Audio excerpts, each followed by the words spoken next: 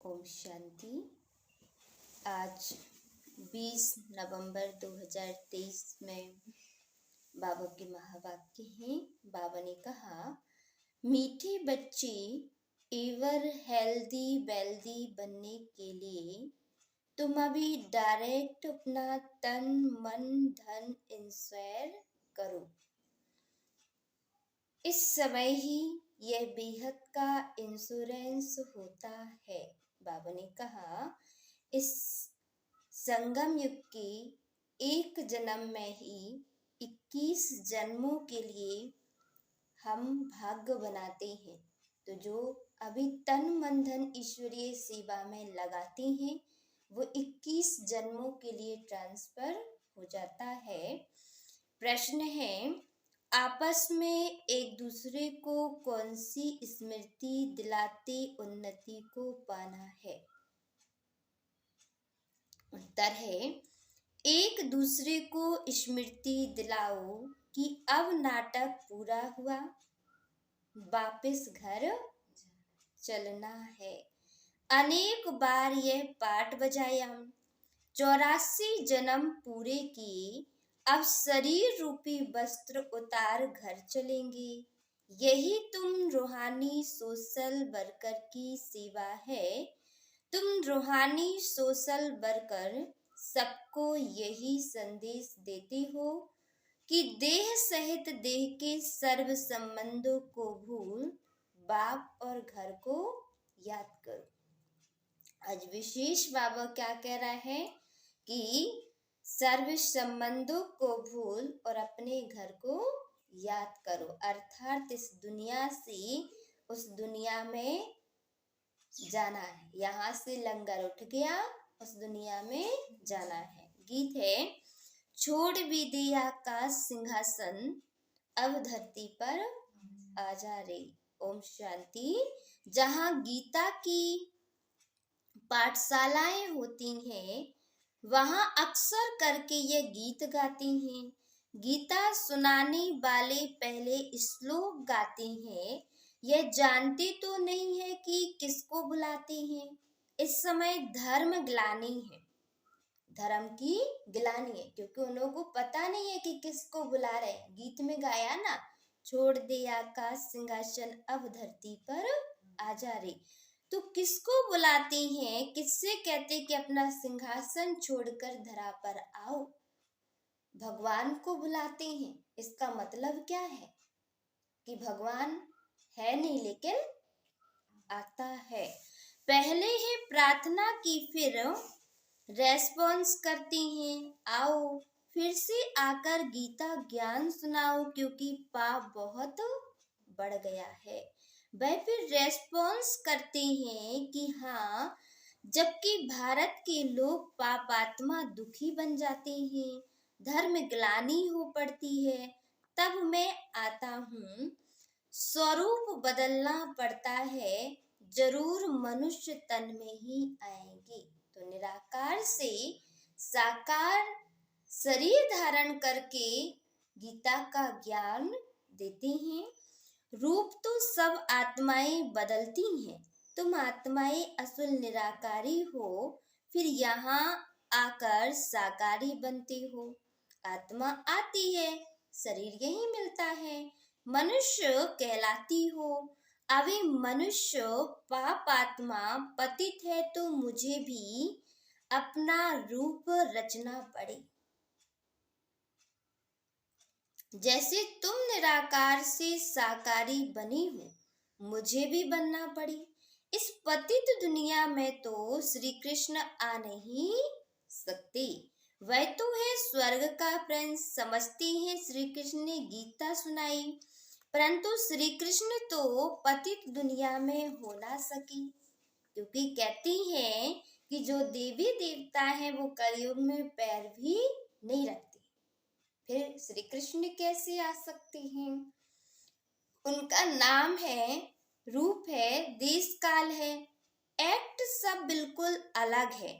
अब वह बाप बतलाते हैं कि श्री कृष्ण सतयुग के प्रिंस है और सर्वगुण संपन्न है, 16 कला संपूर्ण है, मर्यादा पुरुषोत्तम है और उनका राज्य करने का समय या युग कौन सा है? सतयुग। और कितने समय करते हैं? स्वयंवर के बाद लक्ष्मी नारायण बन के 1250 वर्ष सतयुग में राज्य करते हैं और उसके बाद फिर जब त्रेता में आते हैं तो राम बन कर के कितने जन्म करते हैं राज्य? 12 जन्म राज्य करते हैं। तो वहां भी 1250 वर्ष कितने हो गए? 2,500 वर्ष। तो श्री कृष्ण को तो अपने माता पिता हैं, उनसे माँ के गर्भ से अपना रूप रचा है। मैं तो गर्भ में नहीं आता हूँ, मुझे रथ तो जरूर चाहिए। मैं इनके बहुत जन्मों के अंत में के जन्म में प्रवेश करता हूँ। अर्थात भगवान कह रहा है कि श्री कृष्ण जी माँ की गोद से जन्म लेते हैं, लेकिन भगवान को कहते हैं अजन्मा, अभोक्ता। तो वो अवतरित होते हैं, परंतु जो बहुत अंत का जन्म है, श्री कृष्ण का लास्ट जन्म है, उनके ही तन में आकर के क्या करते हैं? गीता का ज्ञान देते हैं। इसीलिए कहा जब श्री कृष्ण ज्ञान सुना रहे थे, सुना चुके, तो अर्जुन ने फिर कहा कि आप ज्ञान सुनाइए, फिर से आप वो ज्ञान सुनाइए। तो फिर श्री कृष्ण ने क्या कहा कि जो सुनाने वाला आया था वो सुना करके चला गया। पहला नंबर तो है श्री कृष्ण। अब उनकी बहुत जन्मों के अंत का जन्म हुआ 84वां जन्म। तो मैं इसमें ही आता हूँ, ये अपने जन्मों को नहीं जानते। श्री कृष्ण तो ऐसे नहीं कहते कि मैं अपने जन्मों को नहीं जानता हूँ। भगवान कहते जिसमें मैंने प्रवेश किया है वह अपने जन्मों को नहीं जानता है, मैं जानता हूँ। तो भगवान ही आकर के बतलाते कि तुमने पूरे 84 जन्म लिए हैं। श्री कृष्ण तो राजधानी का मालिक है। सतयुग में है सूर्यवंशी राज्य विष्णुपुरी। विष्णु कहा जाता है लक्ष्मी और नारायण को। कहाँ भी भाषण होता है तो ये रिकॉर्ड काफी है, क्योंकि यह तो भारतवासी खुद गाते हैं। जब धर्म प्रायलोप हो जाए तब तो फिर से गीता सुनाऊं। वही धर्म फिर से स्थापन करना है। कौन सा? आदि सनातन देवी देवता धर्म। उस धर्म के कोई मनुष्य नहीं, तो फिर गीता का ज्ञान कहाँ से निकला? बाप समझाते हैं सतयुग त्रेता में कोई शास्त्र आदि नहीं होते हैं, ये सब भक्ति मार्ग में आते हैं। इन द्वारा मेरे साथ कोई मिल नहीं सकते, मुझे तो आना पड़ता है, आकर के सबको सदगति देता हूँ। बाया गति, सबको वापस ले जाना पड़ता है, तो दुर्गति से भी निकालते हैं और मुक्ति, जीवन मुक्ति भी देते हैं। गति में जाकर फिर स्वर्ग में आना है, मुक्ति में जाकर फिर जीवन मुक्ति में भी आना है। तो सिर्फ मुक्ति की प्राप्ति नहीं होती, लेकिन मुक्ति के बाद जीवन मुक्ति की भी प्राप्ति होती है। बाबा कहते 1 सेकंड में जीवन मुक्ति मिल सकती है। गाया भी हुआ है, ग्रस्त व्यवहार में रहती 1 सेकंड में जीवन मुक्ति अर्थात दुख रहित। सन्यासी तो जीवन मुक्त बन ना सके, वह तो जीवन मुक्ति को मानते ही नहीं, इसलिए वो क्या मांगते हैं? मोक्ष मांगते हैं या ब्रह्म तत्व में लीन होना चाहते हैं। इन सन्यासियों का धर्म सतयुग में तो होता ही नहीं, सन्यास धर्म तो बाद में होता है। इस्लामी, बौद्धी आदि ये सब सतयुग में नहीं आएंगे। अभी और सब धर्म है, बाकी देवता धर्म नहीं है। वे सब और धर्मों में चले गए हैं, अपने धर्म का पता नहीं। कोई भी अपने को देवता धर्म का मानते नहीं है। जय हिंद कहते हैं, जय भारत माता की जय। भारत की हार कब होती है यह थोड़े ही कोई जानते हैं कि भारत की हार कब होती है, जबकि आज उस समय को याद करते हैं कि जैसे गीत भी गाते हैं, जहाँ डाल डाल सोने की चिड़िया करती थी बसेरा, वो भारत देश है मेरा। तो वास्तव में ये आत्मा सोने की चिड़िया है और उसमें अच्छे संस्कार, अच्छे गुण, सारी चीजें सतोगुणी थी। तो इस भारत को ही क्या कहते थे? सोने की चिड़िया। लेकिन आज वो संस्कार, वो गुण सब बदल गए हैं, बदल करके आसुरी अवगुण आ गए हैं। इसलिए उस समय को याद करते हैं कि भारत कभी सोने की चिड़िया थी। भारत की जय तब होती है जब राज्य भाग्य मिलता है, जब पुरानी दुनिया का विनाश होता है। तो हार कराता है रावण, जय कराते हैं राम, माना विजय प्राप्त राम कराते हैं और हार कौन दिलाता है? रावण दिलाता है। जबकि जय भारत कहेंगे, जय हिंद नहीं। अक्षर बदल दिया है, गीता के अक्षर अच्छे अच्छे हैं। ऊंचे ते ऊंचे भगवान कहती है मेरा कोई माता पिता नहीं है, इसीलिए परमात्मा को कहते हैं स्वयंभू। वो जो भी है स्वयं ही है, इसीलिए उनके लिए गाते हैं तुमेव माता च पिता तुमेव, तुमेव बंधु च सखा तुमेव। मुझे अपना रूप आपे ही बनाना पड़ता है, निराकार से साकार में आना पड़ता है, मुक्ति जीवन मुक्ति देने के लिए, दुर्गति से निकालने के लिए मैं इनमें प्रवेश करता हूँ। श्री कृष्ण को माता ने जन्म दिया, मैं तो क्रिएटर हूँ। कोई बचपन के सुख नहीं लेते हैं कि कोई उनको लालन पालन करेगा। परमात्मा आते हैं और वृद्ध तन का आधार लेकर के अपना कार्य करते हैं, पति से पावन बनाने का। ड्रामानुसार यह भक्ति मार्ग के लिए सब शास्त्र आदि बने हुए हैं। यह गीता, भागवत आदि सब देवता धर्म पर ही बनाए हुए हैं, जबकि बाप ने देवी देवता धर्म की स्थापना की है। वह पास्ट हो गया, फिर फ्यूचर होगा। आदि मध्य अंत को पास्ट, प्रेजेंट और फ्यूचर कहते हैं। अर्थात जो सतयुग बीत गया है, अब कलयुग चल रहा है, तो कलयुग के बाद क्या आता है? सतयुग आता है। तो कलयुग जाएगा और सतयुग आएगा, तो फिर से वही संस्कार, वही गुण, सब कुछ फिर से आ जाएंगे। इसमें आदि मध्य अंत का अर्थ अलग है। जो पास्ट हो गया वही फिर प्रेजेंट होता है। जो पास्ट की कहानियां सुनाती हैं वह फ्यूचर में रिपीट होंगी। जो कहानियां सुनिए ना देवी देवताओं की, फिर से वो दुनिया आने वाली है। मनुष्य इन बातों को नहीं जानते। जो पास्ट होता है उनकी कहानियां बाबा प्रेजेंट में सुनाते हैं, फिर फ्यूचर में रिपीट होगी। तो भगवान स्मृति दिला रहा है कि मनुष्य जीवन का लक्ष्य है नर नारायण के समान बन जाए और नारी लक्ष्मी के समान बन जाए। तो जो मनुष्य जीवन का लक्ष्य परमात्मा स्मृति दिला रहे हैं, इस लक्ष्य को स्मृति में लाते हैं, तो सोए हुए जो गुण हैं जिन्हें हम भूल गए हैं वो जागृत हो जाते हैं। जैसे ही जागृत होते हैं तो उनकी दुनिया भी स्थापित हो जाती है। बड़ी समझने की बातें हैं, बड़ी रिफाइन बुद्धि चाहिए।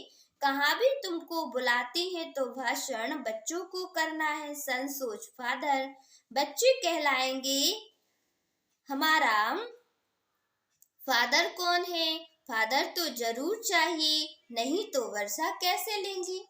तो पिता भी चाहिए, क्योंकि पिता से ही तो वर्षा मिलता है।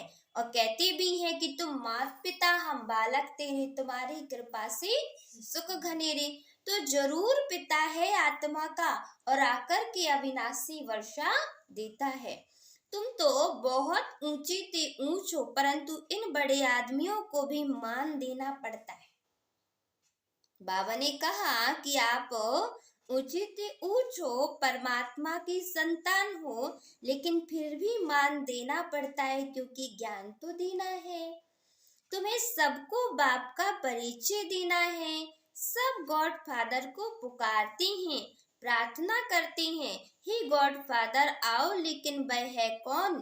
तुम्हें शिव बाबा की भी महिमा करनी है, श्री कृष्ण की भी महिमा करनी है और भारत की भी महिमा करनी है। तो सबसे पहले शिव बाबा की महिमा क्या है? शिव बाबा सागर है, ज्ञान का सागर है, शांति का सागर है, आनंद का सागर है, प्रेम का सागर है, शक्ति और पवित्रता का सागर है। फिर श्री कृष्ण जी की महिमा करनी है, जो देवता है, उनके लिए कहते हैं सर्वगुण संपन्न, 16 कला संपूर्ण, मर्यादा पुरुषोत्तम, अहिंसा परमो धर्म। यह देवी देवताओं की महिमा। फिर भारत की महिमा क्या है? भारत विश्व गुरु था, भारत सोने की चिड़िया था और भारत ही परमात्मा की भी जन्म भूमि है और दीव आत्माओं की भी जन्म भूमि है और धर्म आत्माओं की भी यह भूमि है। तो भारत की भी महिमा सुनानी है। तो तीनों की महिमा अपनी अपनी है। भारत शिवालय हेवन था। 5000 वर्ष पहले देवी देवताओं का राज्य था। वह किसने स्थापन किया? जरूर ऊंचे ते ऊंच भगवान ने ही स्थापन किया है। ऊंचे ते ऊंच निराकार परमपिता परमात्मा शिवाय नमा हुआ ना। शिव जयंती भारतवासी मनाते हैं, परंतु कब पधारे थे ये किसी को पता नहीं है। कलयुग के कली काल में जब अति धर्म की घोर गिलानी होती है तो कलयुग जाने वाला होता और सतयुग आने वाला होता, तब परमात्मा इस धरा पर आते हैं और आकर के फिर से इस कलयुगी दुनिया को सतयुगी दुनिया बनाते हैं, स्मृति दिलाकर कि तुम कोई साधारण मनुष्य नहीं हो। जो नर है उनका लक्ष्य नारायण बनना है, जो नारी उनका लक्ष्य लक्ष्मी बनना है। तो अपना लक्ष्य याद दिलाते हैं। जरूर हेवन से पहले संगम पर आया होगा। कहते हैं कल्प कल्प के संगम युगे आता हूँ, हर एक युग में नहीं। अगर हर एक युग कहो तो भी 4 अवतार होने चाहिए। उन्होंने तो कितने अवतार दिखाए हैं। ऊंचे ते ऊंची एक बाप है जो ही हेवन रचती हैं। भारत ही हेवन था, वाइसलेस था। फिर तुम यह प्रश्न उठा नहीं सकती हो कि बच्चे कैसे पैदा होते हैं। वह तो जो रस्म रिवाज होगी वही चलेगी। तुम क्यों फिक्र करते हो? पहले तुम बाप को तो जानो। पहला पाठ तो पढ़ो, आगे का तो पढ़ते जाएंगे तो आएगा ही सामने। वहां आत्मा का ज्ञान रहता है। हम आत्मा एक शरीर छोड़ दूसरा लेते हैं, रोने की बात नहीं।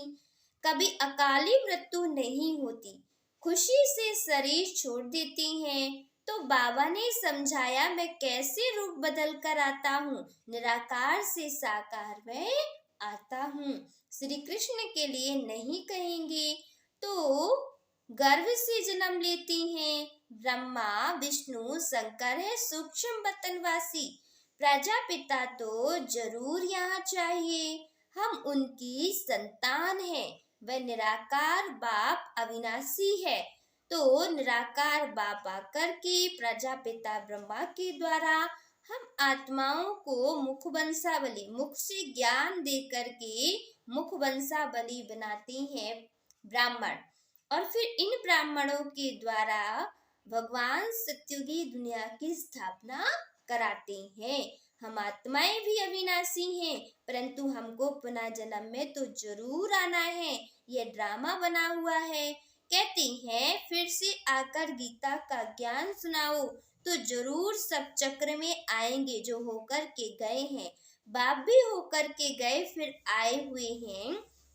कहते हैं कि फिर से आकर के गीता का ज्ञान सुनाता हूँ। बुलाते हैं पतित पावन आओ, तो जरूर पतित दुनिया है तब तो पुकारते हैं कि हे पतित पावन आओ। सब पतित हैं तब तो पाप धोने के लिए गंगा कर स्नान करने के लिए जाते। ये अपना प्रमाण देते हैं कि हम पतित हैं तभी तो स्नान करने जाते हैं, अगर पतित नहीं होते तो स्नान करने भी नहीं जाते। स्वर्ग में यह भारत ही था। भारत है ऊंच अविनाशी खंड, सबका तीर्थ स्थान। सब मनुष्य मात्र पतित है, सबको जीवन मुक्ति देने वाला वह बाप है। जरूर जो इतनी बड़ी सर्विस करते हैं उनकी महिमा गानी चाहिए। अविनाशी बाप का बर्थ प्लेस है भारत। भगवान भी भारत में आते हैं, इसीलिए भारत की कितनी महिमा है, अपरम अपार। वही सबको पावन बनाने वाला है। बाप अपने बर्थ प्लेस को छोड़ और कहाँ जा ना सके तो बाप बैठ समझाती मैं कैसे रूप रचता हूँ। सारा मदार धारणा पर है, धारणा पर ही तुम बच्चों को मर्तबा है। अर्थात जितना धारण करोगे उतना ही पद प्राप्त होगा। सबकी मुरली एक जैसी हो नहीं सकती। भला कांट की मुरली सब बजाएं तो भी एक जैसी नहीं बजा सकते। हर एक की एक्ट का पाठ अलग होता है। इतनी छोटी सी आत्मा में कितना भारी पाठ है। परमात्मा भी कहती हैं हम पाठधारी हैं। भगवान को भी 100 वर्ष के लिए इस धरा पर आकर के पाठ बजाना पड़ता है। जब धर्म ग्लानि होती है तब मैं आता हूँ, भक्ति मार्ग में भी मैं आता हूँ। ईश्वर अर्थ दान पुण्य करते तो ईश्वर ही उसका फल भी देते हैं। सब अपने को इंस्पायर करते हैं, जानते हैं इसका फल दूसरे जन्म में मिलेगा। तुम इंस्पायर करते 21 जन्मों के लिए, वह हद का इंश्योरेंस इनडायरेक्ट और यह बेहद का इंश्योरेंस डायरेक्ट होता है। तो वहाँ हम इनडायरेक्ट करते थे, अभी हम स्वयं परमात्मा का नाम रूप देश काल जान करके डायरेक्ट इंश्योरेंस करते हैं। जो हम गाते ना, तन मन धन तेरा तुझको अर्पण, तो हम अपने ही तन मन धन से परमात्मा की श्रीमत अनुसार इस भारत को फिर से स्वर्ग बनाने की सेवा करते हैं। तुम तन मन धन से अपने को इंस्पायर करते हो, फिर अथाह धन पाओगे एवर हेल्दी वेल्दी बनोगे। तुम डायरेक्ट इंस्पायर कर रहे हो। मनुष्य ईश्वर अर्थ दान करते हैं, समझते हैं ईश्वर देगा। वह कैसे दिलाते हैं ये थोड़े ही समझते हैं। मनुष्य समझते जो कुछ मिलता है ईश्वर देता है। ईश्वर ने बच्चा दिया, अच्छा देते हैं तो फिर लेंगे भी तो जरूर। तुम सबको मरना जरूर है, साथ कुछ भी तो नहीं ले जाओगे। ये शरीर भी खत्म होना है, इसीलिए अब जो इंश्योरेंस करना है वह करो और फिर 21 जन्मों के लिए इंश्योर हो जाएगा। ऐसे नहीं कि इंश्योर कर और सर्विस कुछ भी ना करो, यहाँ ही खाते रहो। सर्विस तो करनी है ना। बाबा ने कहा कि चलो समर्पित तो किए हैं, लेकिन फिर सर्विस भी करनी है। बिना कर्म के कुछ नहीं होता है। तुम्हारा खर्चा भी तो चलता है ना। इंश्योरेंस कर और खाते ही रहते हो तो मिलेगा कुछ भी नहीं। मिले तब जब सर्विस करो तो उच्च पद भी पाएंगे। जितना जो जास्ती सर्विस करते हैं उतना जास्ती मिलता है। थोड़ी सर्विस तो थोड़ा मिलेगा।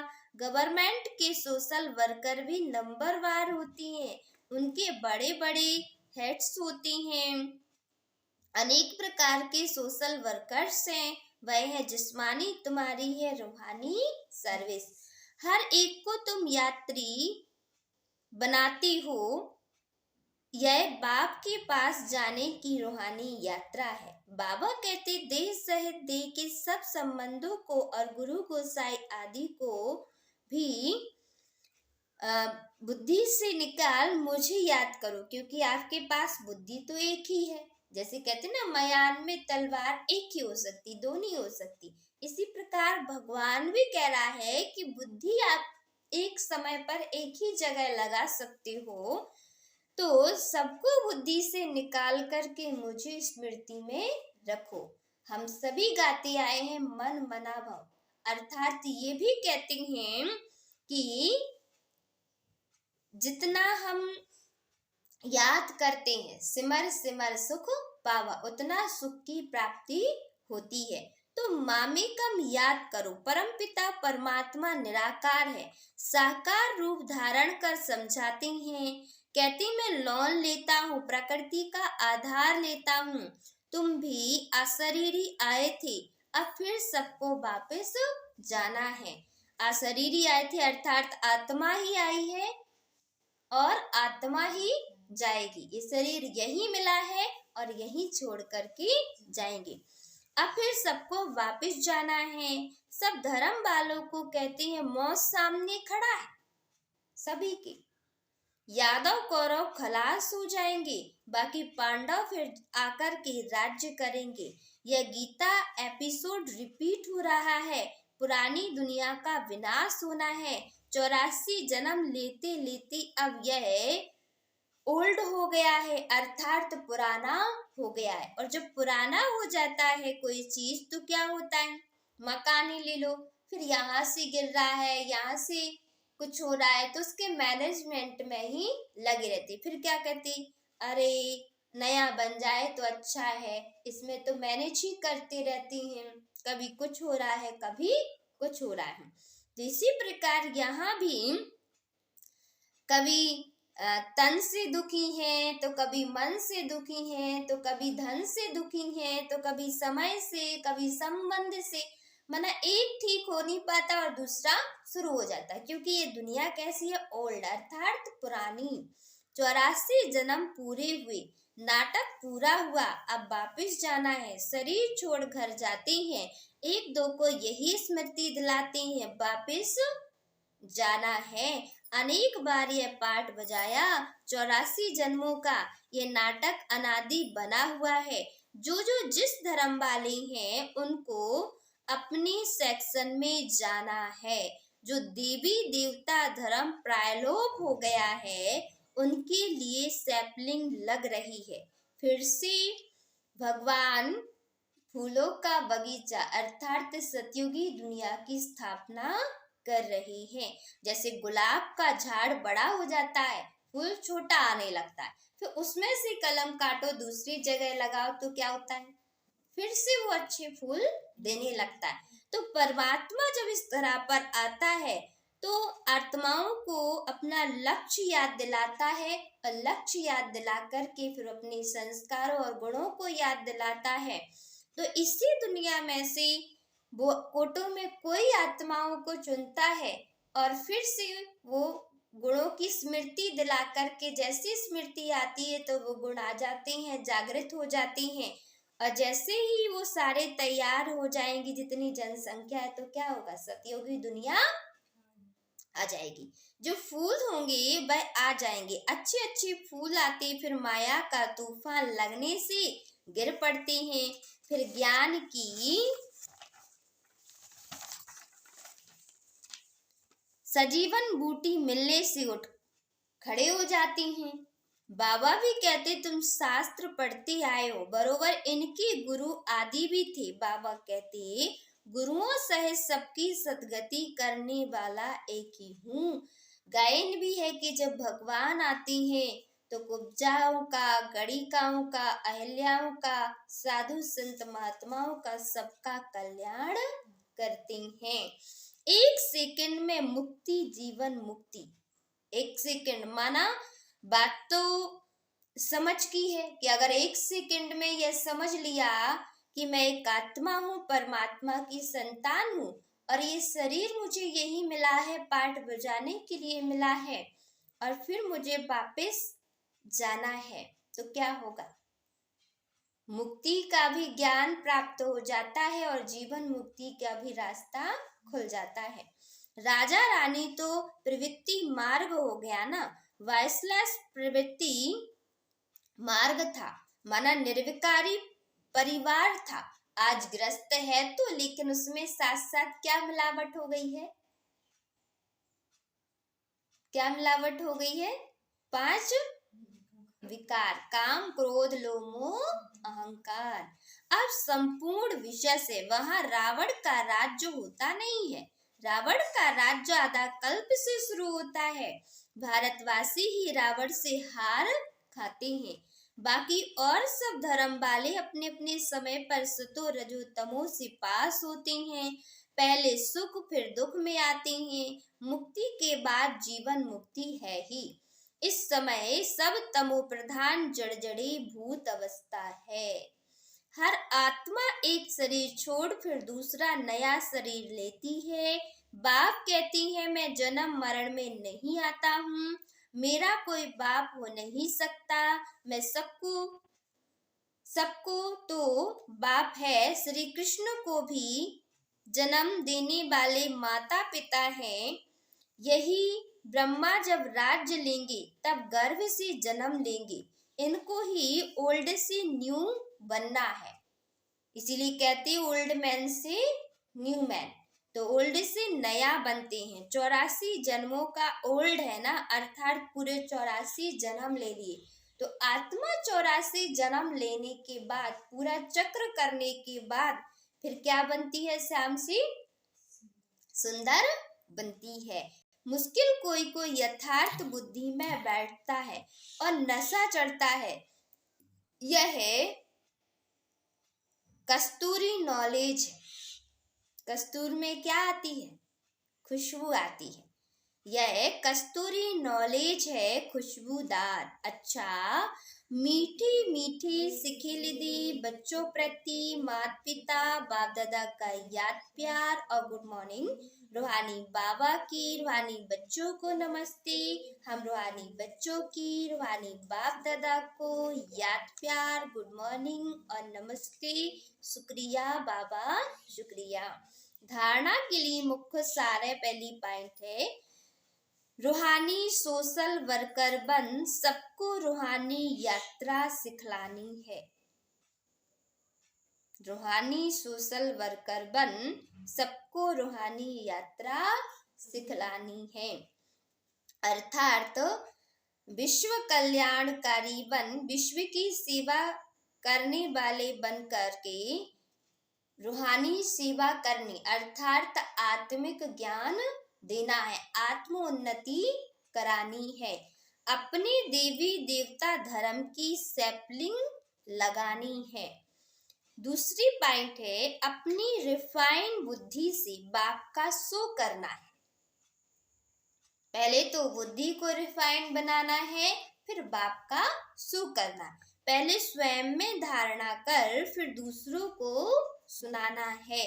वरदान है वाचा के साथ मनसा के द्वारा शक्तिशाली सेवा करने वाले सहज सफलता मूर्त भव।